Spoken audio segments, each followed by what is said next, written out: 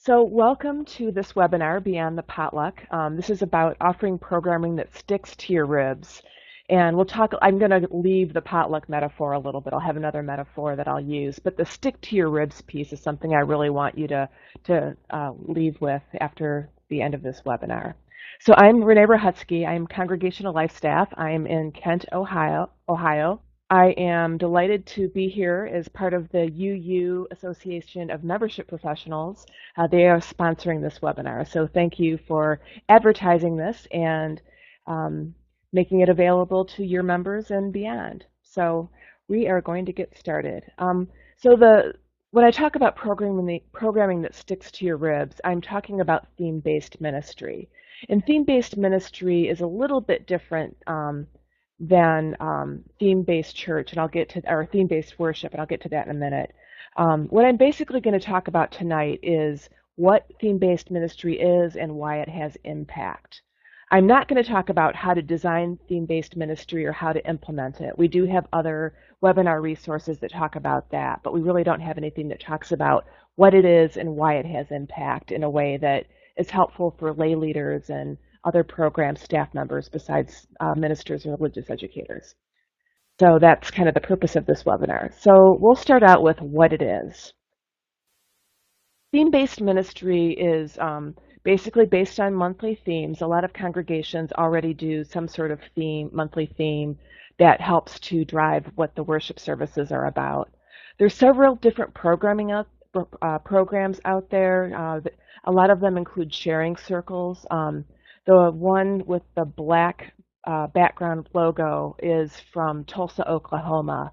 The one that Soul Matters comes out of Rochester, New York, and that has, I believe, about 90 subscribers. And it also has kind of a shared sourced kind of format where if you write a sermon, you can put it up on a website, other people can read it. If you find a cool writing or reading or piece of music or something, you can share that. So it's kind of crowdsourced. And there's a fee for that one, which helps to pay for a person who curates all those materials and makes sense of them and feeds them back into the system. Touchstones is a monthly theme project that comes out of Denver. And all these resources are on the theme-based ministry webpage on the UUA website. But the Touchstone project is more of a monthly newsletter that has different materials available for the theme of the month. And then Quest is from our Church of the Larger Fellowship. They also do monthly themes. And they have several different websites and a monthly paper newsletter that uses a monthly theme for the writings and reflections. So these are some examples. I know there's some other smaller sharing circles around, and individual congregations have done themes as well. So these are some of the sources, and I'm talking mostly about Soul Matters, but I'll talk a little bit about some of the other theme structures that are out there.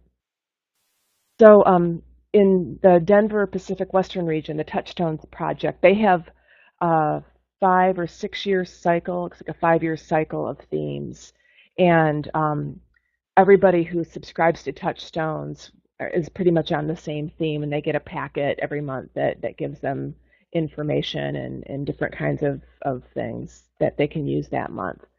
Quite often people will maybe pick and choose from previous year's themes, so there's kind of a cookbook kind of approach that you can do with themes as well. And a lot of smaller congregations or just other congregations, kind of pick and choose what they want to use.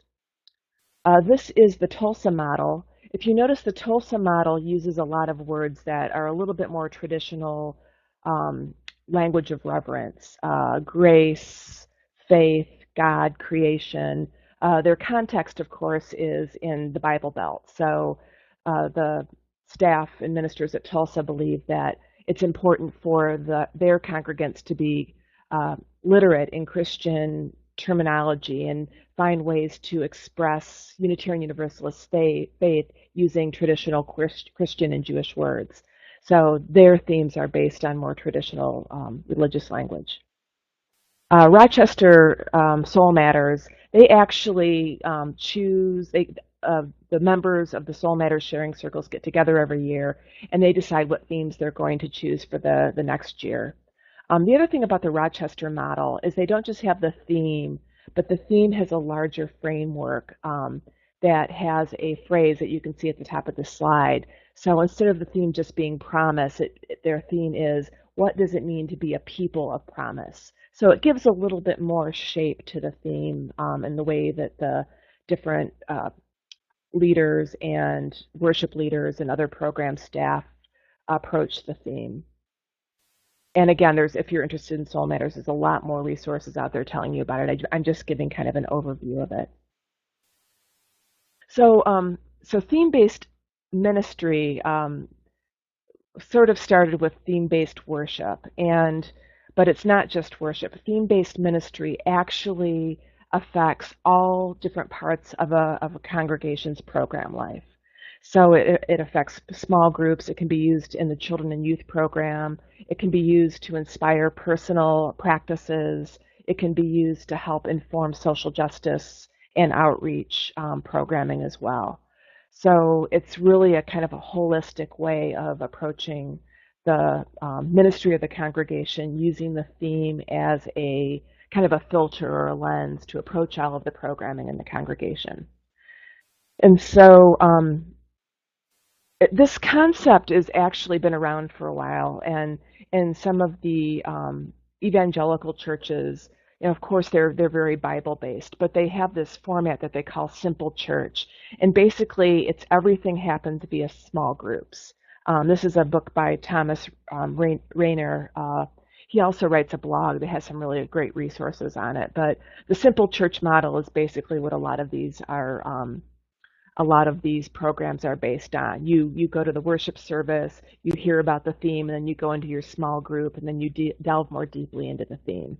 But instead of using a Bible passage or the lectionary, we use the theme instead. So it's kind of our method of coming up with a lectionary that provides authentic engagement as well as practical use in people's everyday lives. There's also an aspect of this that is congruent with the sticky church movement. And part of that is, how can we make church, people's church experience such that it does make a difference in their lives? How does it sticky? How is it sticky for the people participating? But also, and this really speaks to the UU AMP folks, is that how can you help people to be sticky to your church? How can they stick to your church? So part of this is closing the back door. We know how to welcome coming in, but sometimes we're not so good about keeping people and making sure that they stick around, that they really find this to be their spiritual home. So the simple church and the sticky church model are both things that inform this theme-based ministry. So I want to shift a little bit and talk a little bit about how theme-based ministry provides hospitality. So I'm sure most of you who are watching this video have seen some of the great hospitality, how to welcome people resources. There was a very popular video a few years ago that Peter Morales' old congregation did, called Repelling Fewer Visitors. We know we have lots of people who come through our doors, but how do we just repel fewer of them? So it's sort of a tongue-in-cheek kind of thing, but in actuality, we have gotten really a lot better about welcoming, and I think UU AMP has been really instrumental in kind of bumping up our game when it comes to providing good hospitality to visitors and newcomers. So what theme-based ministry does is provides a kind of spiritual hospitality. What often happens in our congregations, once people start coming, there's this wide variety of choices of programming for them, aside from the Sunday morning programming. So, they go to worship, but if they want to get more involved with the church, there's all these different options. We've got building your own theology, world religions kinds of things, cakes for the Queen of Heaven, men's groups, book groups, knitting groups, and other sort of affinity or interest groups. So it can be a little bit overwhelming for newcomers. So it really, and I have the metaphor I'm going to be using as stepping stones, is that there's not really a clear path from one to the another. Do I do building your own theology first, or do I join a chalice circle, or what do I do? It's not very clear, and it really, in some ways, isn't very inviting We invite them by, letting people know where the restrooms are and how to get a name tag, and we wear our name tags, and we, invite them to coffee hour. But we don't do quite as good a job of inviting people into um, finding their own spiritual. We're not really providing a spiritual path for them. And so what theme-based ministry does is really lays out a very clear spiritual path, and this is through the small groups that are in alignment with what is being preached on Sunday morning. So what I want to do is spend a little bit of time paralleling how the theme-based ministry shows up in the congregation, and then connect that to the different stages of the path to membership.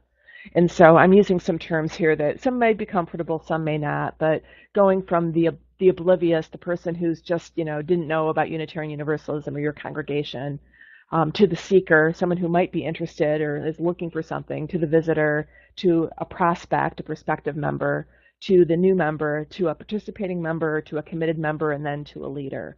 So how is this, how do these the aspect of theme-based ministry, how do the different pieces of it correlate with these different steps along the membership path?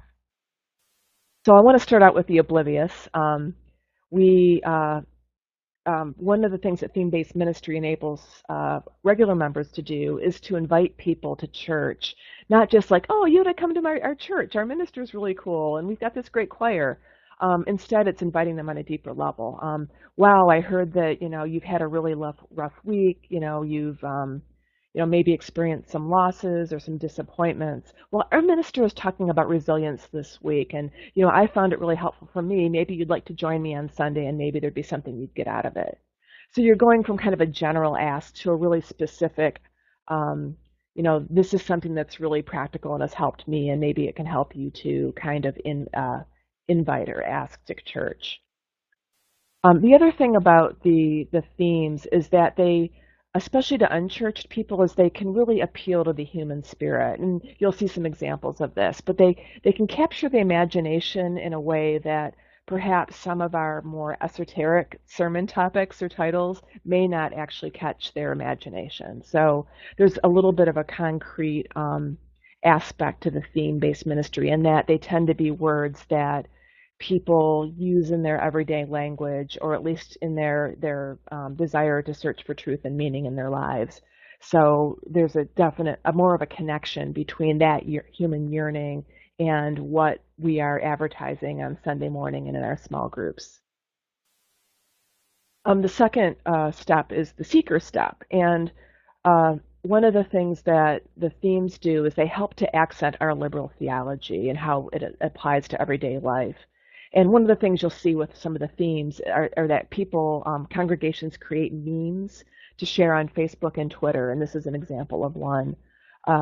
February's theme is power, and there's a Lao Tzu quote. The people who would be seeking and be interested in our congregation would go, "Oh, Lao Tzu! I have a copy of Lao Tzu's work in my library." So there's a connecting point there that can happen for seekers who might be looking for the kind of religious experience that we're offering. Here's another example of a meme that this is from East Liberty in Michigan. So their theme is, and again, this is soul matter. So what does it mean to be a people of integrity? So what does that mean for how I live my life? What does this mean about the choices that I make? So again, there's just a little bit more of for me, there's a little bit more of an invitation into the conversation because the theme is actually the question that we're engaging with. Some other resources, I'm not going to do a whole lot about implementation, but I think for the UU AMP folks, it's helpful to know there's a lot of people share their memes on a Pinterest website. So this is the Soul Matters Pinterest site. So each theme is a page, has its own page, and this is like an example of all the different themes. And then this is the specific theme of faith, which was February, and these are all the memes that people have shared on there. So again, this gives you a little feel for the sharing circle and how you can use some of these visuals to help generate interest or connection and also let your members generate interest and connection. Maybe they might share the meme on their Facebook page, and again generate some interest for your congregation among people who aren't already coming to your church, who might be friends with people who are coming to your church. So let's move on to visitor. One of the things that happens in a lot of the theme-based ministry churches is that whoever's welcoming visitors can use this morning our theme is courage, and if this is really interesting to you, we have small groups that are always forming, and these are a chance for you to go deeper into the topic every month. And so it's not just you're going into a group and you don't know really what you're getting into. Again, there's this invitation, there's an offer that's being made about what will happen when you go in those small groups. You'll know that, oh, we're going to go deeper into the sermon topic. And another thing is there's also when you have the whole church involved, it provides an opportunity for families to engage together on the theme. So one thing that can happen in the service or in religious education or elsewhere is that, hey, the children did this on courage, and the adults talked, had a sermon about this, and the small groups did this, and there's this possibility for families to engage together. So again, there's this connecting point that for visitors who are church shopping, they're already there, but they can sort of see how they and their families, if they have families, might fit into the structure of your congregation. It's providing those stepping stones that provide spiritual hospitality. The other thing you can do for prospective members is as part of your new UU series of courses, is to give them a taste of the small group experience. So the second or third session, you might actually just do whatever the small group curriculum is for that month, assuming that they maybe if it's the third or fourth Sunday, they will hopefully made at least one or two of the sermons, so they can get a taste of how you get to go deeper. And again, that's another stickiness aspect to it. You're really kind of, I don't know, trying before you buy, if you were. You want people to really experience what it means to be a part of the congregation. Oops, sorry. Did I turn that off? Okay. So that gives them an experience of what it's like to be a part of the congregation. The other thing that you can do is, and especially this is Soul Matters, is part of the Soul Matters packet is to put out a spiritual exercise or a spiritual personal practice. So, in this case, keep a promise to yourself. So it's like, what does it mean to make and keep promises? So part of the spiritual exercise is to do, to make a promise to yourself and then reflect on it. And there's different websites and things. So if everyone in the congregation is doing this, and you're doing it and you're trying it on, it's somewhat personal, and yet you're a part of a larger group. Again, there's this feeling of connection and being a part of something larger than yourself that prospective members can experience even before they really become full members of your congregation. And so then, of course, with new members, what you want to do is set up an expectation of everyone being in a small group. Again, with the purpose that people will feel connected to others and to the faith.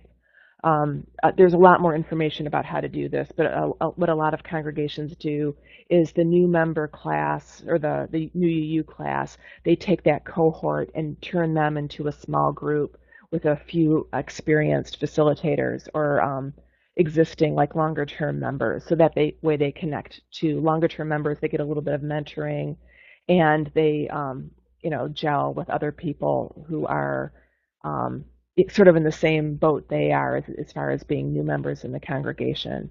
You want to pay attention to things like chemistry, of course, but that's a good way, again, to add to the stickiness of your congregation.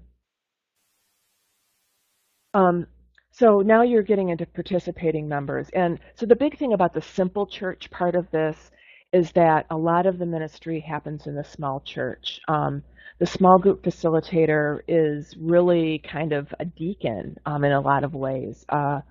They help to ensure that the group cares for itself. So there's a level of pastoral support, like they have a line of sight into what's happening in people's lives. So if someone's having if someone needs a casserole, the small group facilitator is going to know about it, and chances are members of the group will be the ones that are taking that casserole over there. Same thing maybe for needing a ride to the hospital or something. The small group facilitator also serves as the stewardship captain for the group. So what they're finding is that, if your small group leader who you have a relationship with, gives you the pledge card, sort of talks about the congregation's financial needs, and then asks for the pledge card back, they actually get a much better rate of return for the pledge campaign.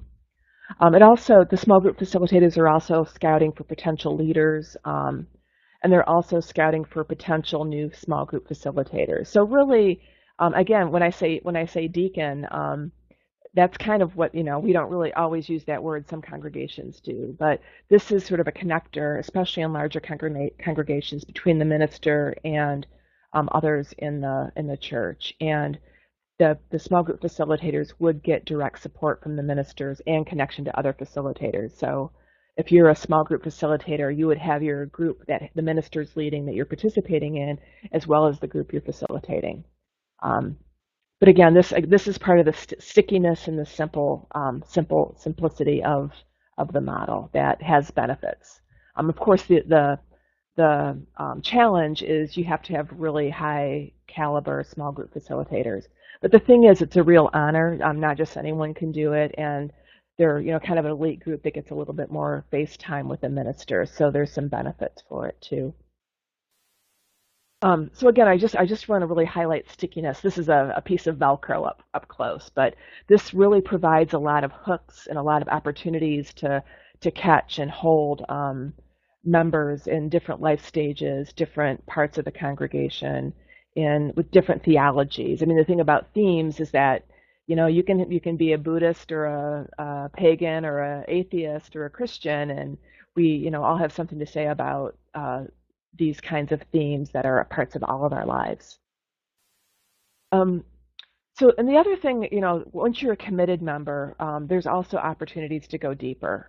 There's opportunities to become facilitators. There's also opportunities to go into groups that have a little bit more depth to them, and I'll talk about that in just a second. But first I wanted to talk about this desire for depth is something that's out there. The chart on the left that you see is from the recently published in the spring of 2015 Pew Research Center research on the changing U.S. religious landscape. And so as you can see, evangelical Protestants, Catholics, mainline Protestants are all declining quite a bit, where unaffiliated people and non-Christian faiths are growing somewhat, the unaffiliated especially growing. The other interesting thing, and the dates don't exactly line up, but you get a sense for this, spiritual direction is actually taking off. Back in 1995, there were, I think, 1,200 members of Spiritual Direction International, and there's close to 10,000 they suspect in next year. So this idea of individual spiritual direction is possibly replacing religion for some people is a possibility. So again, this invitation into more depth, I think, is something that can attract people who might not have been attracted to kind of shallow traditional religion. And unfortunately, mainline Protestant religions tended to be a little bit shallow. I don't want to say that in a critical kind of way, but part of the reason that they were mainline is they weren't doing anything really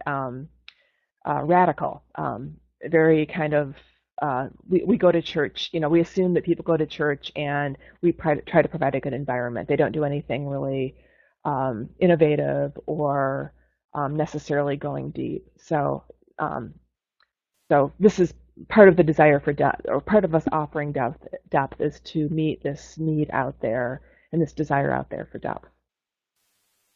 So, and part of that, I think, is providing spiritual hospitality, being really clear what we're offering, showing what the steps are, and giving people a chance to taste it, try it on, and then set up the expectation that being a part of a small group is really an important part of being a member of the congregation, just like, pledging is and all those other things that we talk about in our new member classes.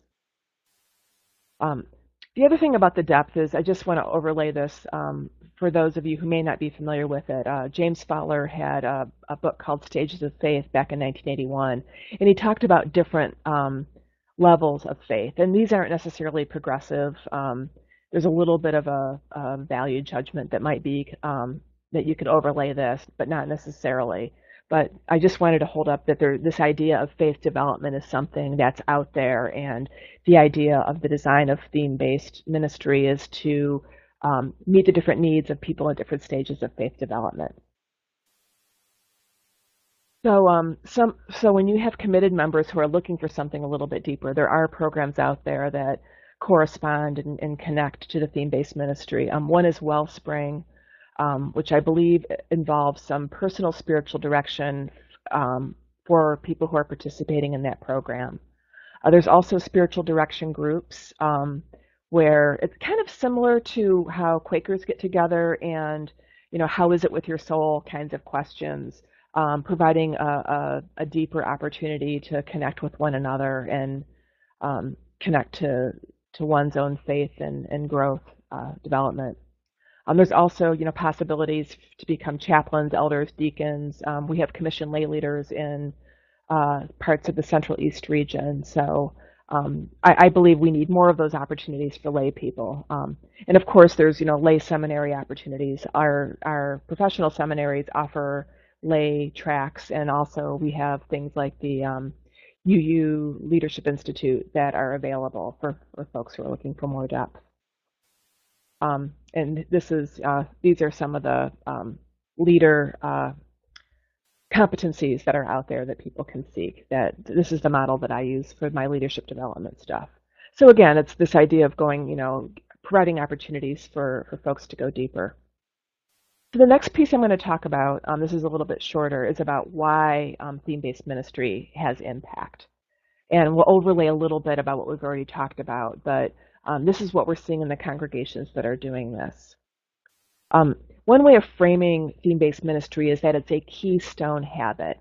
So a keystone, as you can see on this illustration, is that little kind of not a parallelogram, but oh gosh, I forgot my shape.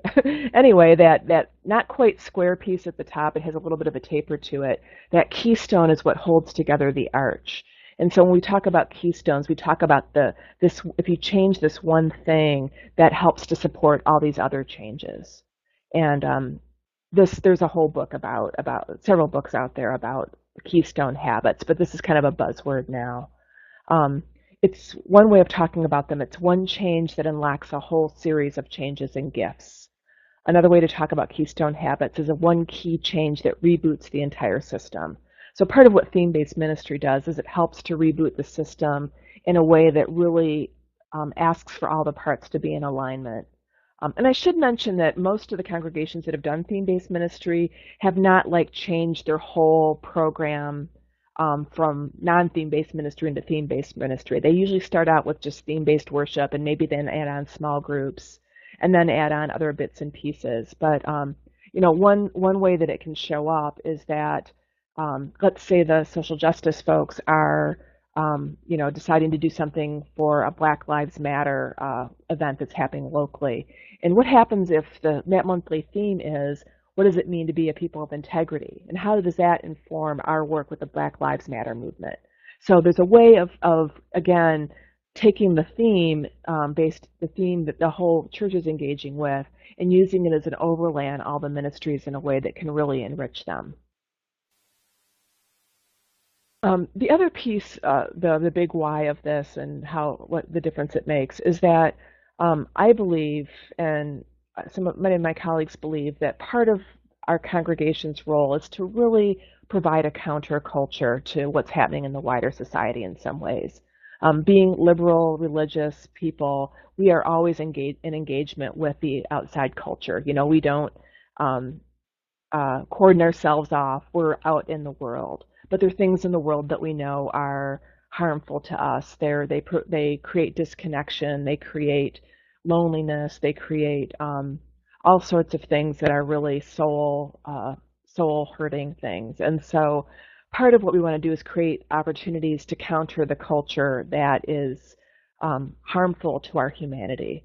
And so I just have a couple of graphics here. One is, I have the soccer mom photo here, but there's this, being over-programmed. A lot of us are just so busy and we don't really have time to really spend slow time with our families, with our communities, and there's a loss there. And also there's just our brains are changing because of, how the internet works.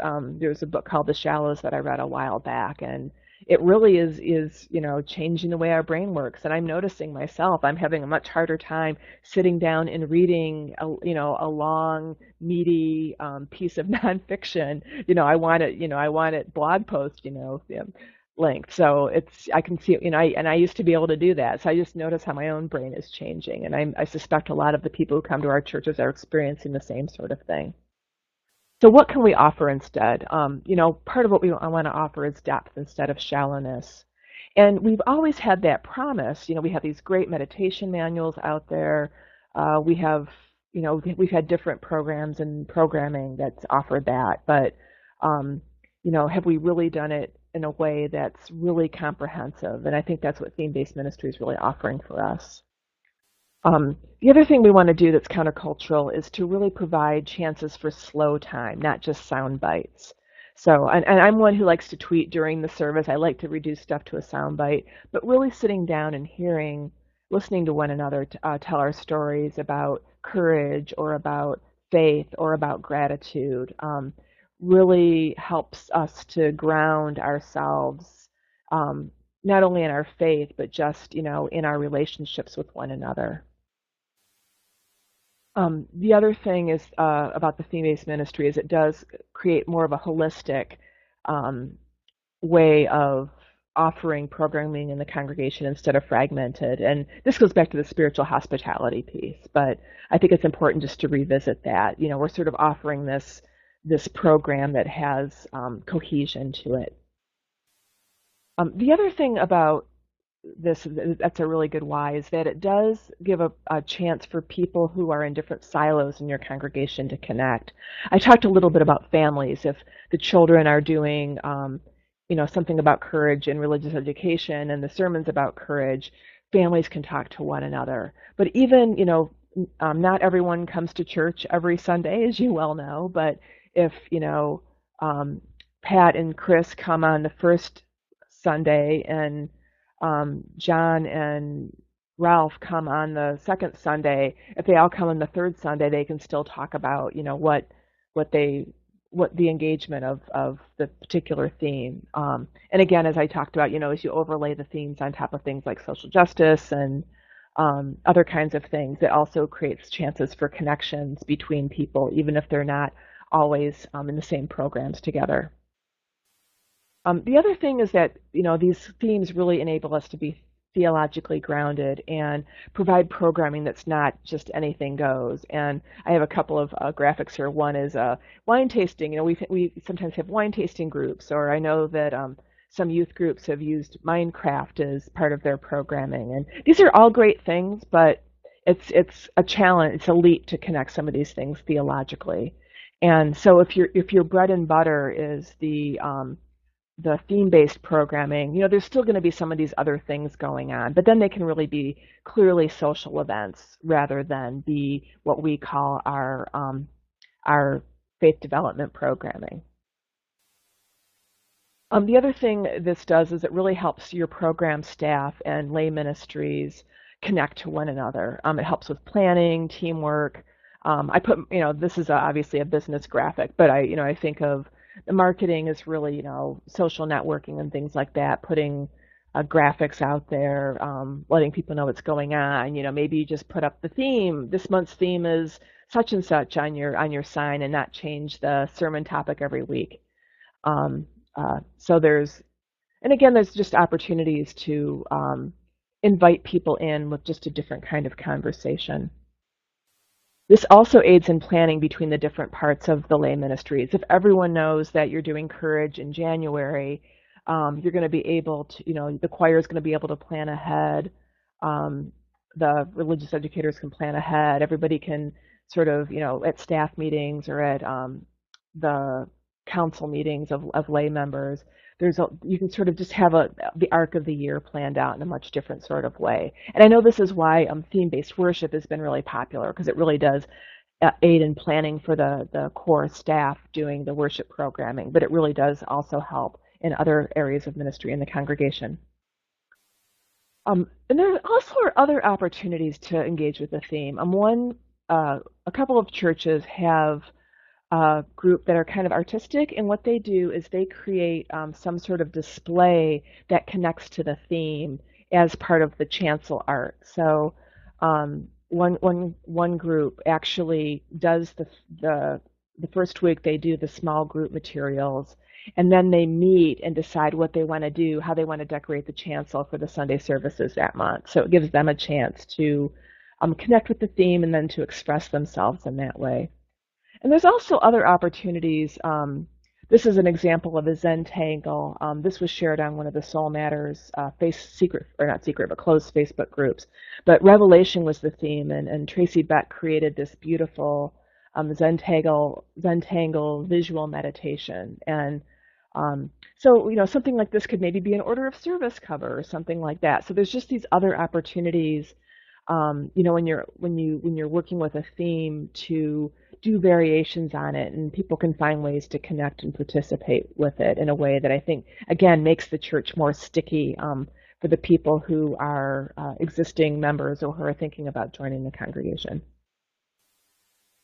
The other possibility for this is enabling congregations to connect with one another. I already talked about the sharing circles between congregations. Those congregations are spread all over the country. But if you had a cluster of congregations on the same theme, you might be able to do things like pulpit exchanges or maybe choir exchanges or that sort of thing. Or even maybe sharing sheet music, having a sheet music lending library between congregations. So there's efficiencies of staff time and possibly even budget time that can be gained in sharing themes with geographically close by congregations. So this is the website. This is the email address for theme-based ministry at uua.org. Pat Kahn, who was hoping to be here tonight, but her power was out in Atlanta, she gets those emails. But if you're doing theme-based ministry and have a great testimonial, or if you want to know more about it or find resources, that's the person to talk to. And I will send out these slides as well as a link to the theme-based ministry pages on the UUA website, as well as some other resources if you're interested.